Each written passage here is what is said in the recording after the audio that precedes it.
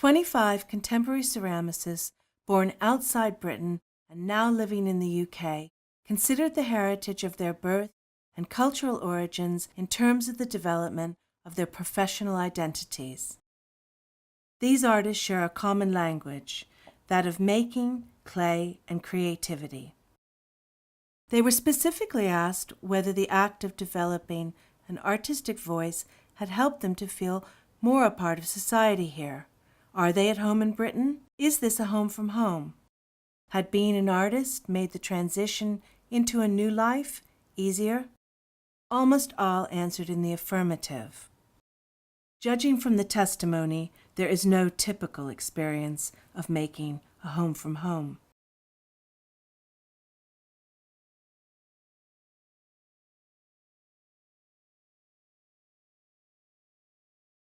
In conversation with other foreign-born makers, I realized that although we all come from very different backgrounds, we all share the experience of coming to England as adults and trying to integrate into British society and to carve ourselves a place in the British ceramic world.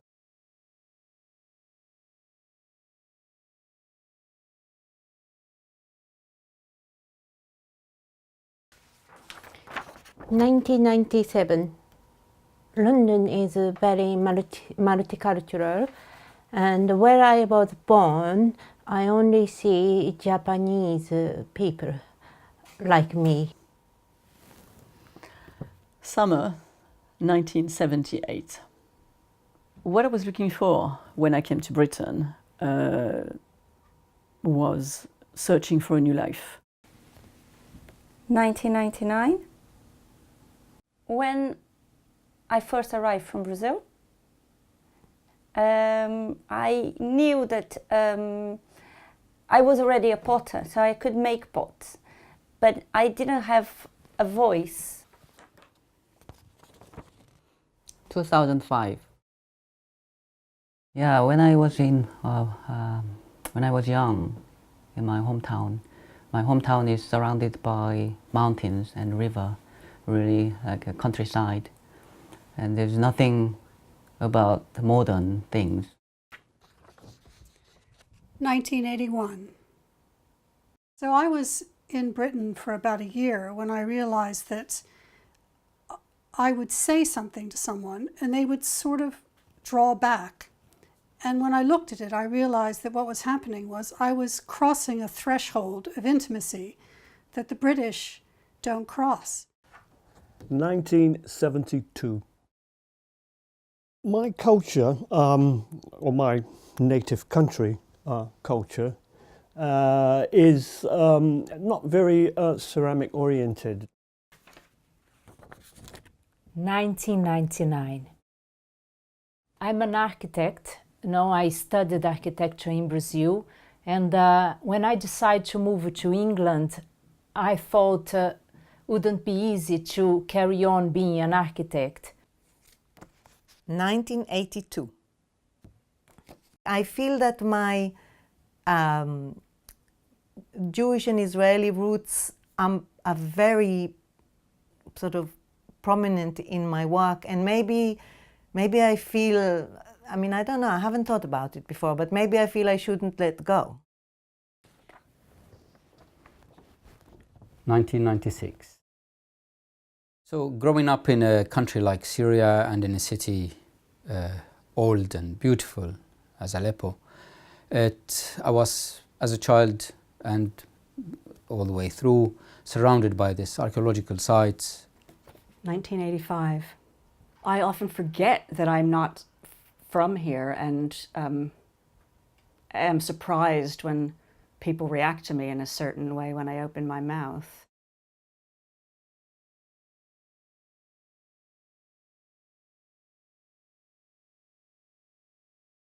1976.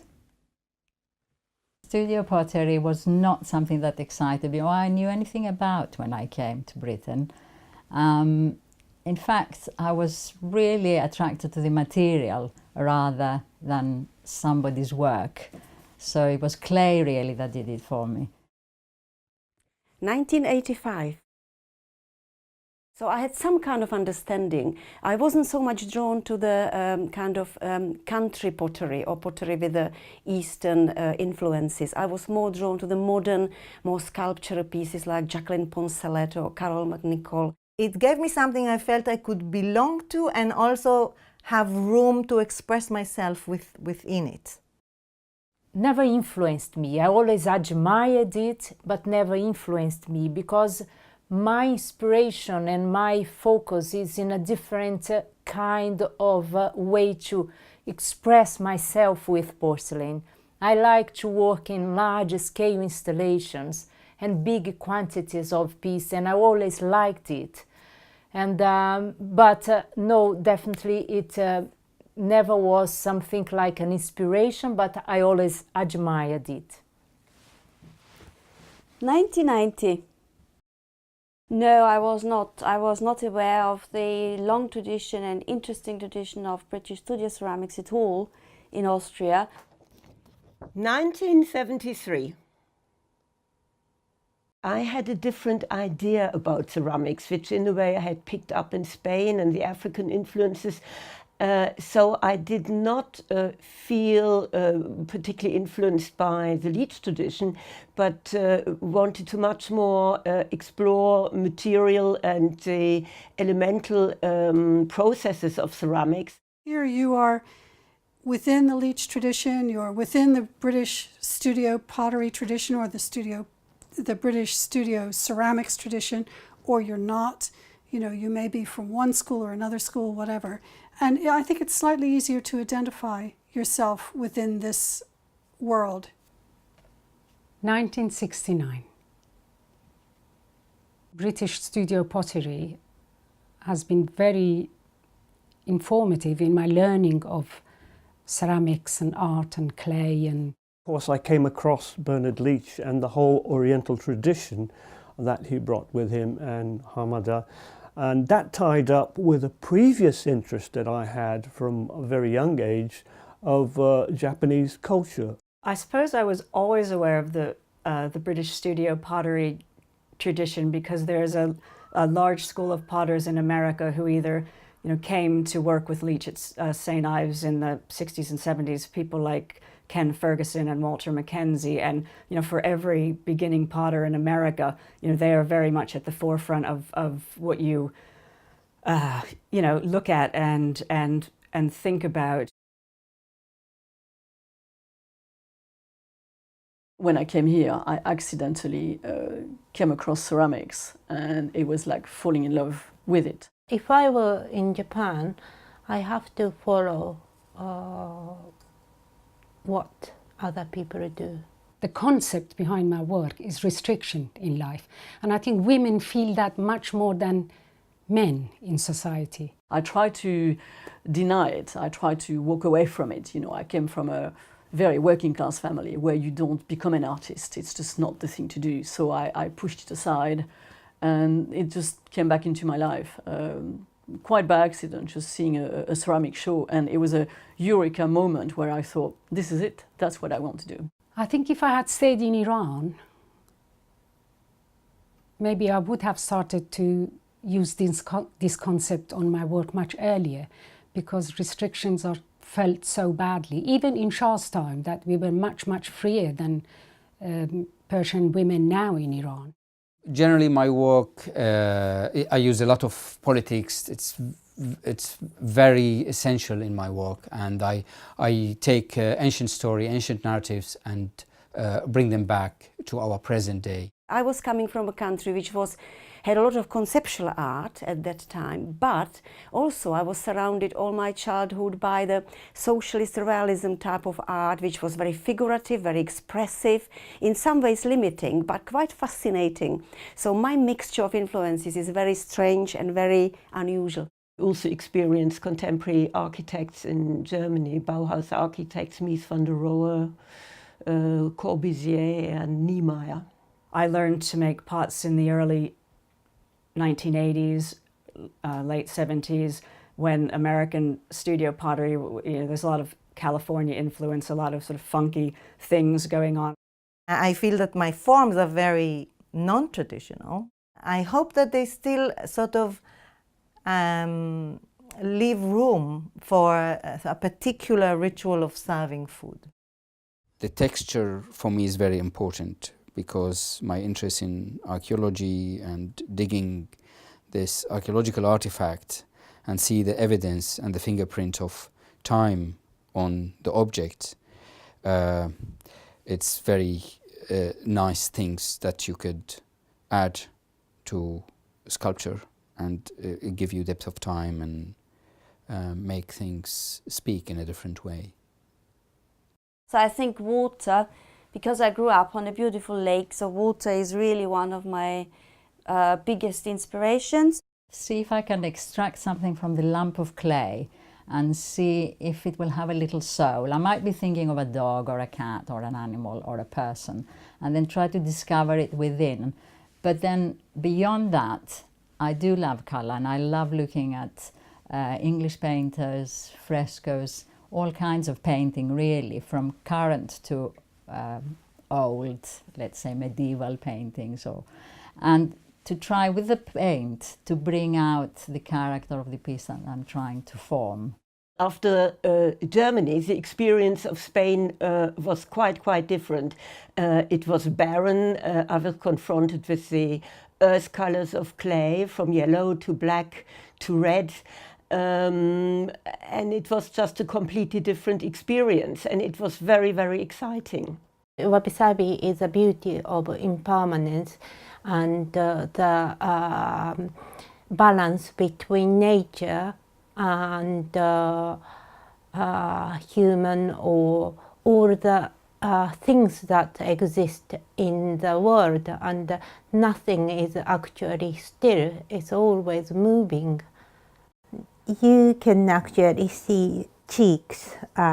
One cheeks are bigger than the other. So I think more than the culture, it's the physical aspects of the landscape that influences my work.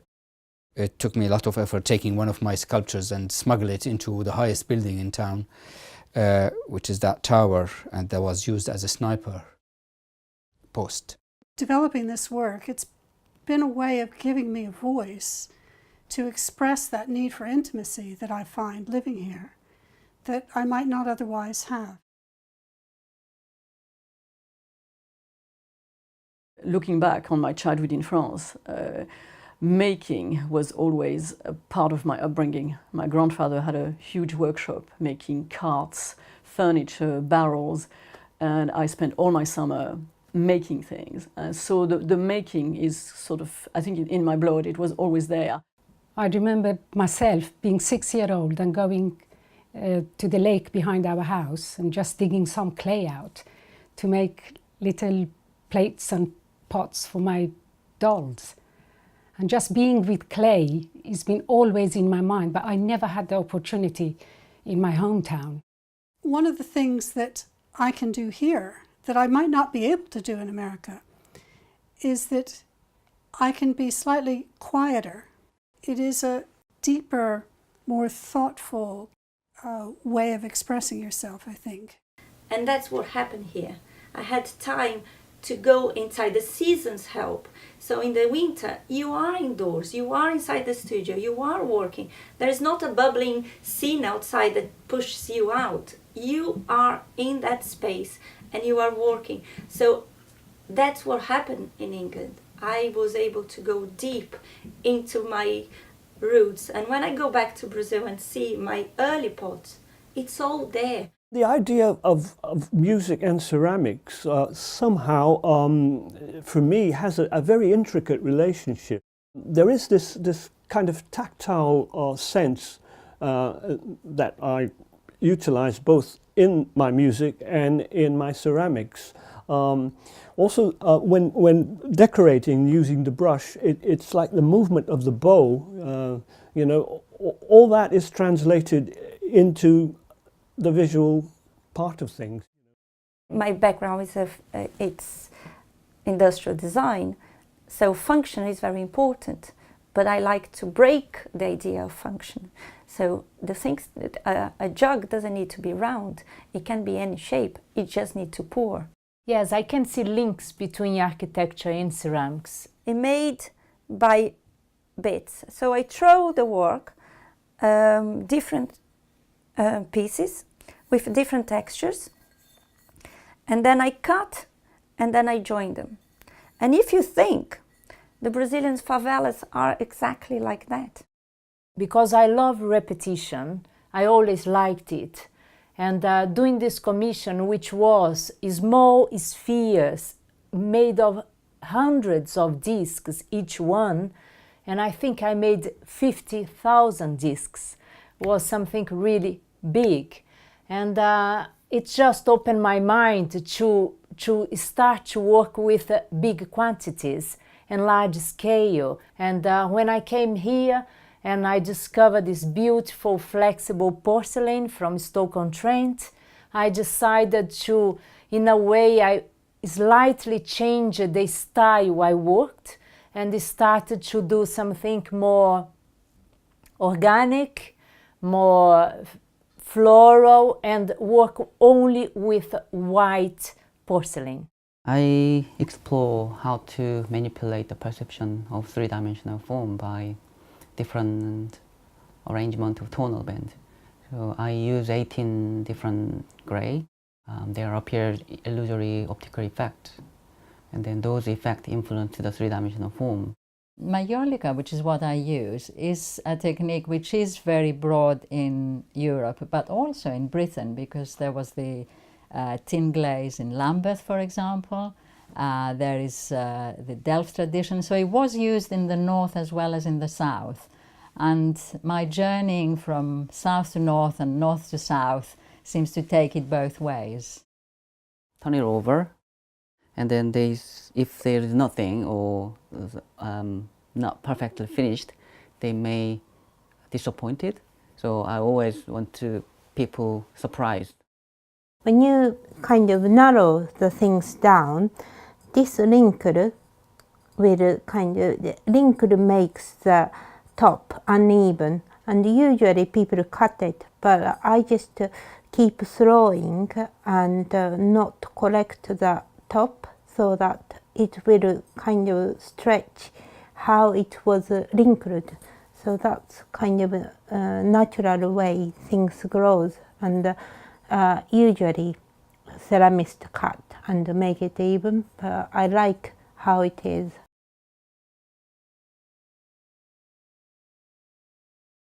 Home from home sounds lovely, but it took me a while actually to understand it actually, because we don't have the same phrase in Austria or in German. We would say London or Britain is my second home, so in German it would mean zweite Heimat.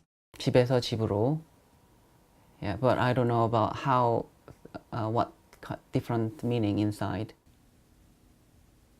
I suppose you could say that I'm from two places. That might be a way.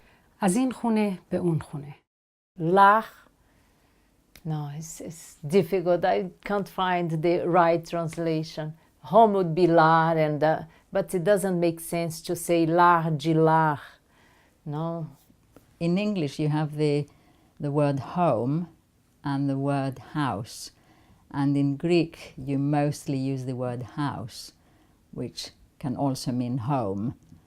So, I guess we could say από το σπίτι μου στο σπίτι μου. Home is either here or over there.